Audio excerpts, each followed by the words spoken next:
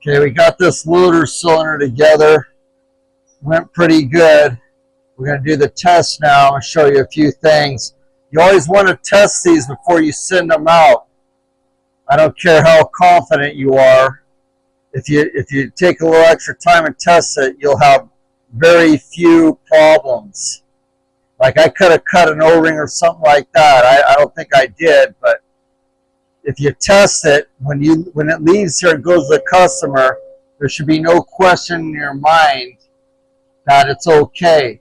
And if you follow that principle and at least cycle it 3 times or more, I like to go about 5 times and pressurize it after you put the new seals in, you inspect everything, chances are you'll never hear about it again. Okay, and I'm working with a lot of different guys and seeing all kinds of stuff. I try to teach all my guys this, that just test everything. Okay, because we don't want any comebacks. You got to drive this, to the customer, take it on, he puts it on, and then it leaks. You're in trouble. So just always finish the job and do it right. So here we go. We're going to cycle this thing out. We're going to check for leaks, shaft. It went together real smooth, but we're just going to check it anyways.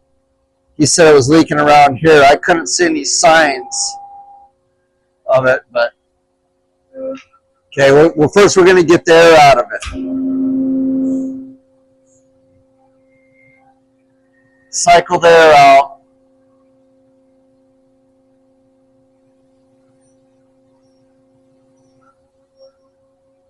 The pressure's turned up to about 2,000.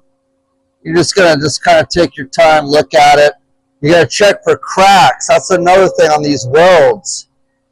Now, the mechanic would have told me, this mechanic's a pro. He's one of the best heavy equipment mechanics I've ever seen. He's over 50, but he knows what he's doing. He has a lot of experience, came out of military, so he usually tells me what's wrong. He told me it was leaking out of here, but it's hard to find guys like that. Even in the place where he works, he's the top guy there, and it's hard to find other people like him because no one's teaching this stuff anymore. Not only can he do the mechanic on this heavy equipment, he knows about engines, he can weld, all that stuff. So, but deals like this, he doesn't have time to do this stuff in the shop. They got to get it running, so they want me to do it quick and dirty, and they put it back on, and he's over there working on all this other heavy equipment.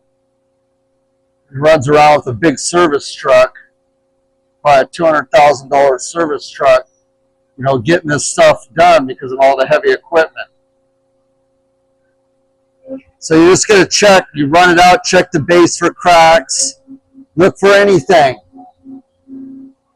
Like I said, when this thing leaves here, you're gonna, you sleep good knowing that you did it right, and you're not gonna get called back. And I know this because that's how I do it, and I very seldom have any problems. Now, once in a while, you will have a problem. Okay, got a drip coming out here, but it's coming out of the fitting on my test fitting there. It's gonna cycle it. Usually, when we put new seals, sometimes I'll do these on different types of cylinders. And I'll get it all together, and there'll be a crack in the base. I'll have to run it out, and then I'll have to go 70-18 it and re-weld it, because you don't know. Sometimes these guys don't tell you, but this particular mechanic told me what was up. He's a real mechanic.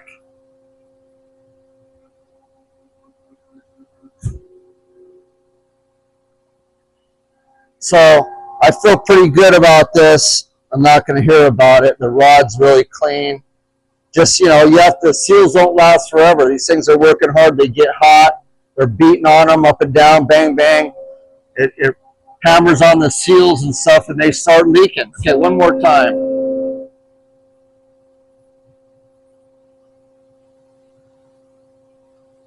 And I could see on my test bench for bypass on the piston. Okay, If it's bypassing, I would see it, but I know it's not. Okay, I'm going to run it out, and I'll show you what I do. I'm going to send this out without oil in it. You don't want to, I'm going to push it all the way out, then I'm going to use air to push it in, push the oil back into my tank. I have a setup on here. Okay, so we're going to do that. Then I have a little valve on here where I can push this back in with air. Okay, and another thing is you always want to make sure you give them their fittings back.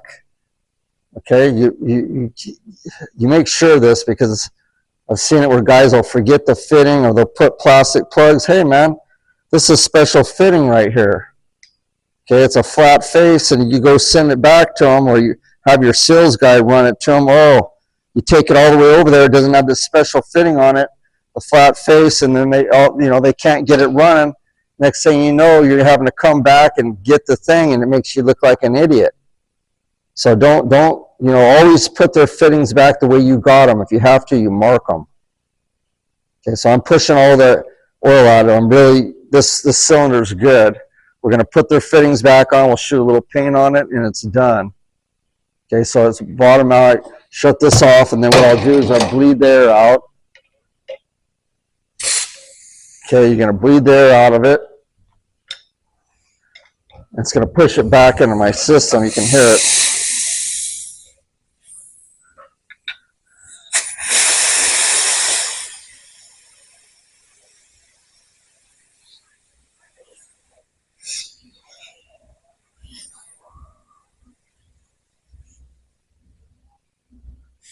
Okay, so that's it. I'll put the fittings on. That's into that.